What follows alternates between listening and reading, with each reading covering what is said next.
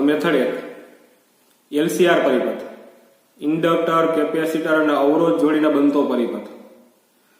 હવે આ મેથડની અંદર અત્યારે ક્વેશ્ચન 7. પ્રશ્ન એવો આપ્યો છે, માત્ર કેપેસિટર ધરાવતા પરિપથમાં વોલ્ટેજ અને પ્રવાહ માટે ફેઝર ડાયાગ્રામ દોરીને સમજાવો. બરાબર, શબ્દ આવ્યો ફેઝર અથવા તો ફેઝર ડાયાગ્રામ. મેં તમને આગળ સમજાવી દીધું છે કે ફેઝર કોને નામ આપશો તો કે કોઈ હાર્મોનિક વિધેય હોય. એટલે હાર્મોનિક વિધેય એટલે સમય સાથે બદલાતું વિધેય. જેમ કે વોલ્ટેજ છે આપણી પાસે આ ચેપ્ટરમાં, V બરાબર Vm sin ઓમેગા t, સમય પ્રમાણે બદલાશે. અથવા પ્રવાહી I બરાબર Im sin omega t plus pi by 2, સમય સાથે એ બદલાશે. તો વોલ્ટેજ, એસી વોલ્ટેજ અને એસી પ્રવાહ બંને હાર્મોનિક વિધેય છે. તો આવા હાર્મોનિક વિધેય તમારી પાસે હોય, એને XY સમતલમાં તમે એને સદિશ વડે દોરવામાં આવે. બરાબર, આવા હાર્મોનિક વિધેયને XY સમતલમાં સદિશ વડે દોરવામાં આવે તો તે સદિશને ફેઝર કહેવામાં આવે છે. અને જે ડાયાગ્રામ તૈયાર થાય તેને ફેઝર ડાયાગ્રામ કહેવામાં આવે છે. એવો ફેઝર ડાયાગ્રામ તમારે અહીંયા દોરીને સમજાવવાનો છે. ભલે રાશિ અદિશ હશે પણ છતાંય તમારે એને સદિશ વડે દોરવાનો છે. અને સદિશ કઈ રીતના દોરી શકાય દોરશો તો મને એ ખબર હોય છે સદિશ દોરવો કઈ રીતના. તો આપણે 11th ની અંદર એવું આવી ગયું કે સદિશ દોરવા માટે તમારે તીર દોરવાનું. પણ તીર કેવો હોવું જોઈએ તો કે એની લંબાઈ એના મૂલ્ય જેટલી હોવી જોઈએ. અને જે દિશામાં અસર હોય એ દિશામાં એનું શીર્ષ મૂકવાનું. એટલે ફેઝર ડાયાગ્રામ મને દોરતા આવડી જશે. આગળ મેં દોર્યો જ છે. પાછું રિપીટ કરી દઉં કે વોલ્ટેજ અને પ્રવાહ આ બંને છે ને, બેયના સૂત્ર આપણી પાસે છે. આ વોલ્ટેજનું સૂત્ર V બરાબર Vm sin ઓમેગા t, પ્રવાહનું સૂત્ર I બરાબર Im sin omega t plus pi by 2. બેયના સૂત્ર છે. બેયના સૂત્ર ઉપરથી એવી આપણને ખબર પડે કે વોલ્ટેજ અને પ્રવાહ સમય સાથે બદલાશે. એટલે બે હાર્મોનિક વિધેય છે. અને હાર્મોનિક વિધેય હોય તો XY સમતલમાં તમે સદિશ વડે દોરી નાખો.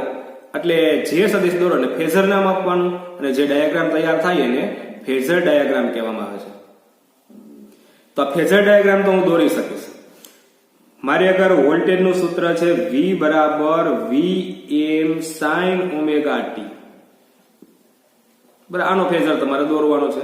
પછી પ્રવાહનો ફેઝર દોરવાનો છે. તો પ્રવાહનું સૂત્ર હતું I બરાબર Im sin ઓમેગા t અને પ્લસ પાઈ બાય 2. બરાબર, એની કડા તફાવતમાં મારે જરૂર પડશે. પહેલો મુદ્દો હું કડા તફાવતમાં આપું છું, પછી ફેઝર ડાયાગ્રામ હું સમજાવું. તો જો કડાની અંદર શું હશે, આની કડા ઓમેગા t છે, આ omega t plus pi by 2 છે.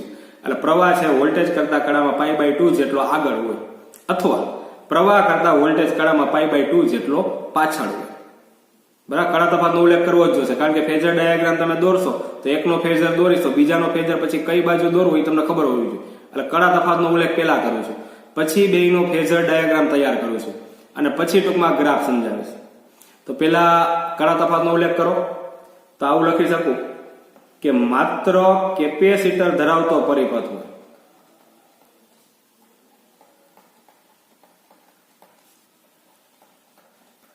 આ પરિપથમાં પ્રવાહ છે એ વોલ્ટેજ કરતા કડામાં પાઈ બાય 2 જેટલો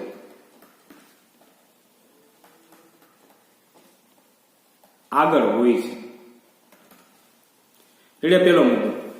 હવે ફેઝર ડાયાગ્રામ તૈયાર કરો. અને ફેઝર ડાયાગ્રામ એટલે મેં તમને કીધું કે વોલ્ટેજ હાર્મોનિક વિધેય છે તો આને સદિશ વડે દોરો. પછી પ્રવાહ એ હાર્મોનિક વિધેય છે તેને XY સમતલમાં સદિશ વડે દોરો. તો બે સદિશ દોરાઈ જાય તો બેને ફેઝર કહેશું. જે ડાયાગ્રામ તૈયાર થશે ને ફેઝર ડાયાગ્રામ નામ આપી દેશે. જો ફેઝર ડાયાગ્રામ તૈયાર કરો, આ બાજુ y અક્ષ, આ બાજુ x અક્ષ. બરાબર છે, આ x અક્ષ અને આ છે y અક્ષ. હાલો, પેલો ફેઝર આ વોલ્ટેજનો દોરવાનો સદિશ, આટલું મૂલ્ય રાખવાનું, અને આ એની દિશા. બરાબર, સદિશ સ્વરૂપે દોરો તો સદિશમાં મૂલ્યની દિશા બે હોવી જોઈએ. તો Vm મહત્તમ વોલ્ટેજ હોય એટલું એનું મૂલ્ય, એટલી ટૂંકમાં તીરની લંબાઈ રાખશું, અને x અક્ષ સાથે દિશા એટલે x અક્ષ સાથે બનતો ખૂણો. બરાબર, તો ઓમેગા t જેટલા ખૂણે ટૂંકમાં દોરશું. તો હાલો ઓમેગા ટી ખૂણે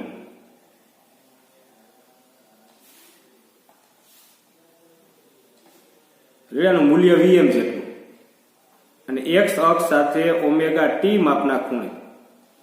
હાલો વોલ્ટેજનો ફેઝર દોરાવો. તો પ્રવાહનો ફેઝર દોરો. પછી પ્રવાહનો ફેઝર હોય તો મૂલ્ય આઈએમ જેટલું, એક્સ અક્ષ સાથે ખૂણો આટલો. અથવા તો એમને વિચારી શકું કે વોલ્ટેજ કરતા પ્રવાહ છે એ કડામાં π/2 જેટલો આગળ હોય તો વોલ્ટેજનો સદિશ જે બાજુ દોરો, વોલ્ટેજનો ફેઝર જે બાજુ દોરો એના કરતા પ્રવાહનો ફેઝર π/2 જેટલો આગળ દોરવાનો. આમ જાવ ને એટલે આગળ થાય. કારણ કે 0 નો ખૂણો હોય, 90 હોય, 180 હોય, 270, 360 આમ વિષમ ઘડી દિશામાં ફરતો જાઉં એટલે ટૂંકમાં એ ખૂણો હે ને વધે, એટલે આગળની દિશા થાય. આમ સમઘડી દિશામાં ફરું તો ટૂંકમાં ઘટે, એટલે પાછળની દિશા કહેવાય. તો વોલ્ટેજ કરતા પ્રવાહ π/2 જેટલો આગળ, તો આના કરતા π/2 જેટલો આગળ એટલે કઈ દિશામાં આવશે?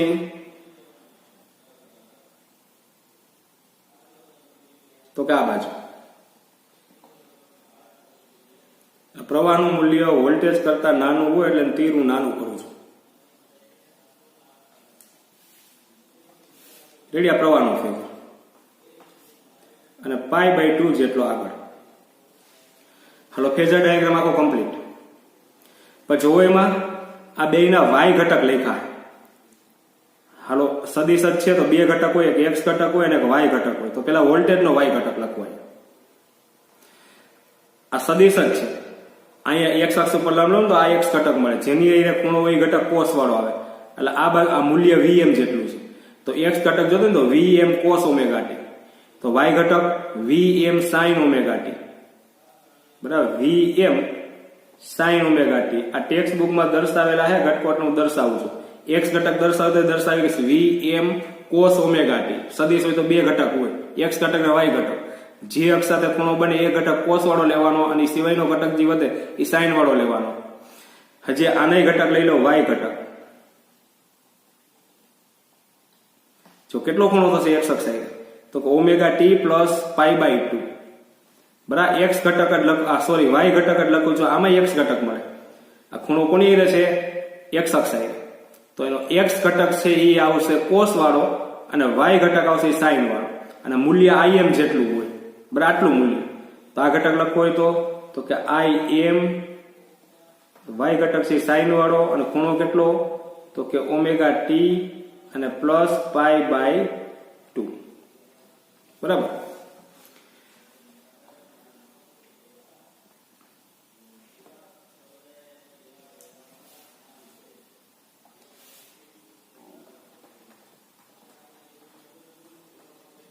અને પ્રવાહનો ફેઝર. બરાબર, નાના વાય ઘટક. હાલો ફેઝર ડાયાગ્રામ પૂરો. તેનું વર્ણન કરી નાખો. તો આવું લખી શકું કે આકૃતિમાં માત્ર કેપેસિટર ધરાવતા પરિપથ માટેનો ફેઝર ડાયાગ્રામ દર્શાવેલો, જેમાં વોલ્ટેજનો જે ફેઝર દોરેલો છે બરાબર છે એના કરતા પ્રવાહનો ફેઝર છે π/2 જેટલો આગળ છે. બરાબર, એટલે અહીંયા સુધીના પ્રશ્ન જવાબ પૂરો થાય. લાવ મુદ્દો લખી શકું કે આકૃતિમાં માત્ર કેપેસિટર ધરાવતા પરિપથ માટે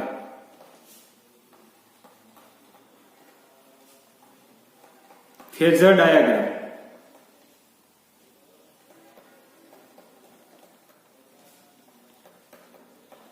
દોરેલ છે અને જેમાં વોલ્ટેજના ફેઝર કરતા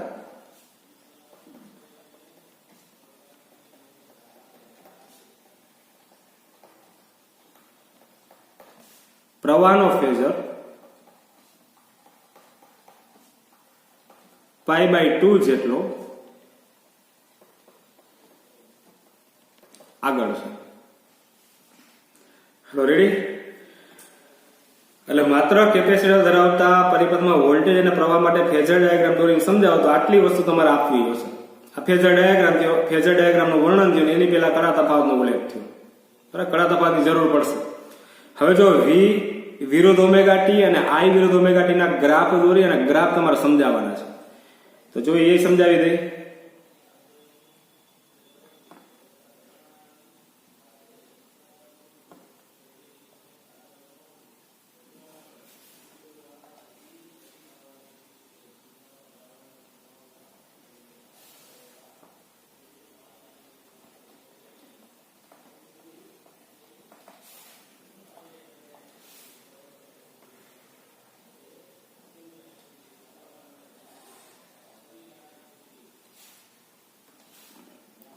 હાલો આ બાજુ ઓમેગા ટી અને આ બાજુ વી અથવા તો આઈ. ઓમેગા ટી છે તો અહીંયા 0 નો ખૂણો, આ ખૂણો જ છે. પછી અહીંયા પાઈ બાય 2, પછી અહીંયા પાઈ. એક આવર્તકાળ માટે દોરું છું, એક પરિભ્રમણ માટે. આ 3 પાઈ બાય 2 અને અહીંયા આવશે 2 પાઈ. બરાબર, એટલે એક ચક્ર પૂરું થઈ ગયું. હવે વોલ્ટેજ નો ફેઝર પહેલા દોરું. V બરાબર Vm sin omega T. Ready? એટલે પેલા માની લઉં કે ઓમેગા ટી ની કિંમત 0 છે. V વિરુદ્ધ ઓમેગા ટી નો ગ્રાફ દોરો તો ઓમેગા ટી ની કિંમત છે આમાં. ઓમેગા ટી ની કિંમત તમે મૂકી જાવ એટલે V ની કિંમત મળે, પછી ગ્રાફ તૈયાર થાય. પેલા ઓમેગા ટી બરાબર 0 મૂકવું. બરાબર, 0 છે. 0 મૂકી દો તો અહીંયા sin 0 ની કિંમત 0 થશે એટલે વોલ્ટેજ 0 એટલે બિંદુ આવશે અહીંયા. પછી ઓમેગા ટી ની કિંમત મૂકી દો પાઈ બાય 2. તો પાઈ બાય 2 મૂકું તો sin પાઈ બાય 2 એટલે 1 થશે એટલે V બરાબર Vm થાય. એટલે એનો મતલબ એમ કાંઈ વોલ્ટેજ મહત્તમ થાય. હાલો મહત્તમ વોલ્ટેજ. પછી પાઈ મૂકી દો ઓમેગા ટી પાઈ. તો પાઈ મૂકી દો sin પાઈ ની કિંમત 0 થશે તો વોલ્ટેજ કેટલો થશે? 0. તો અહીંયા વોલ્ટેજ પાછો 0. પછી 3 પાઈ બાય 2 અહીંયા મૂકો. sin 3 પાઈ બાય 2 એટલે -1 એટલે V બરાબર થશે -Vm. વોલ્ટેજ મહત્તમ પણ વિરુદ્ધ દિશામાં, એટલે અહીં મહત્તમ છે. પછી 2 પાઈ મૂકો. sin 2 પાઈ એટલે 0 એટલે પાછો અહીંયા આ ગ્રાફ તમે દોરશો. 0 માંથી મૂલ્ય અહીંયા મહત્તમ થાય, પાછું અહીંયા ઘટીને 0 થશે, પછી વિરુદ્ધ દિશામાં વધીને અહીંયા મહત્તમ થશે અને વળી પાછું ઘટીને અહીંયા 0 થશે. એ જ એમને માગ્યું જશે. રેડી? આ કયો ગ્રાફ થયો? તો કે આ ગ્રાફ થયો વોલ્ટેજ માટેનો. હવે જો આપણે વોલ્ટેજનો ગ્રાફ આખો કમ્પ્લીટ થઈ ગયો. હવે આપણે I વિરુદ્ધ ઓમેગા ટી એટલે કે વિદ્યુત પ્રવાહનો ગ્રાફ દોરીએ. તો વિદ્યુત પ્રવાહનું સૂત્ર શું હતું? તો કે I બરાબર Im sin ઓમેગા ટી અને પ્લસ પાઈ બાય 2. હાલો આ બાજુ ઓમેગા ટી છે.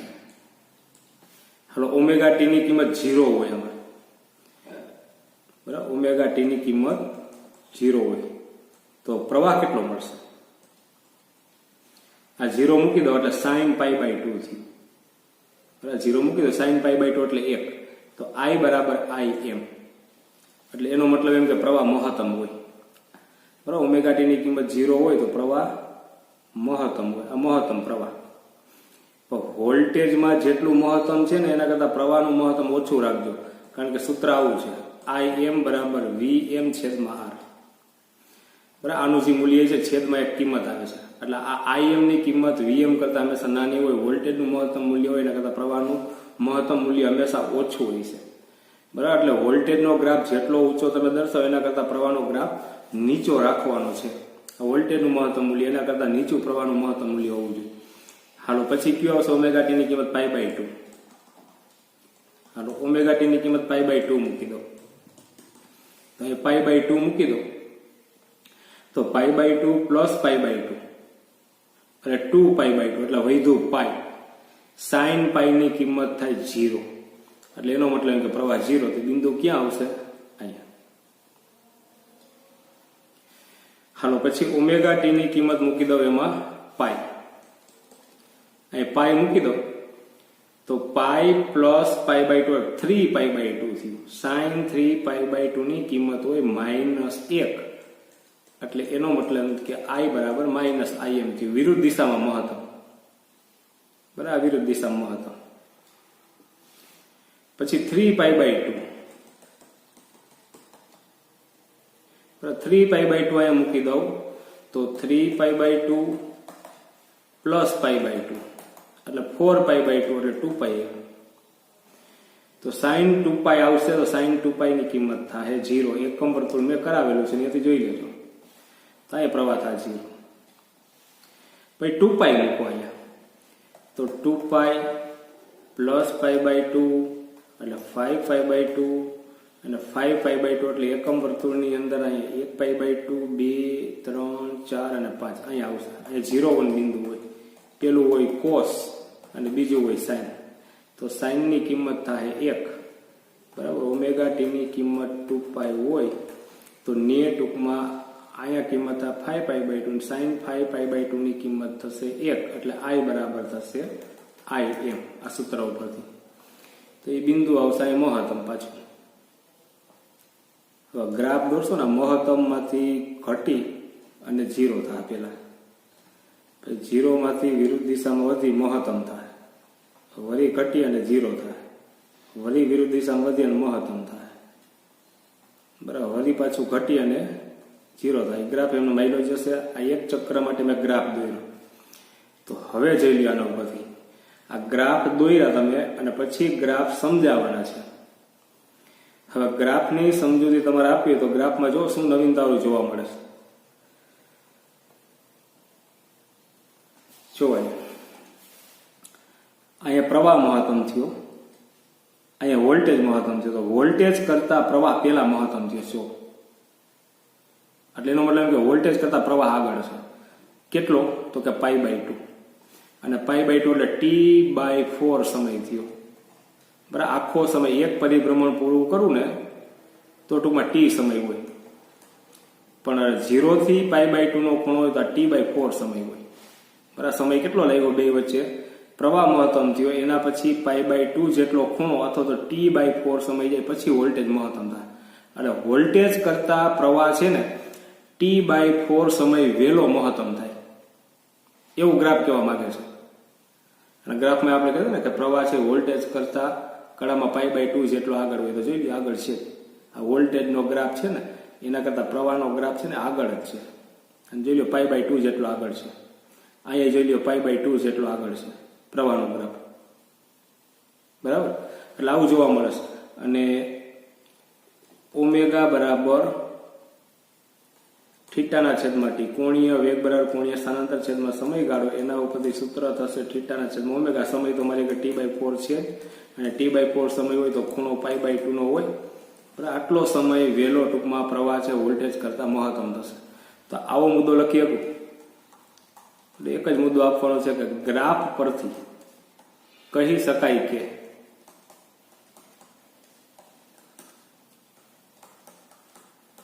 કે વોલ્ટેજ મહત્તમ થાય તેની પહેલા કેટલો સમય? તો કે T/4 સમય પહેલા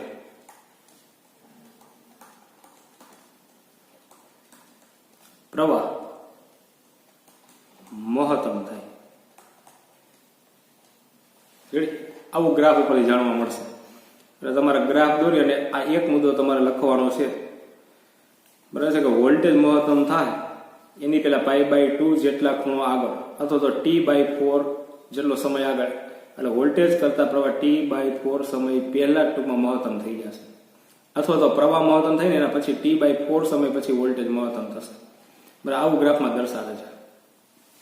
હાલો, અહીંયા પ્રશ્ન જવાબ પૂરો થશે.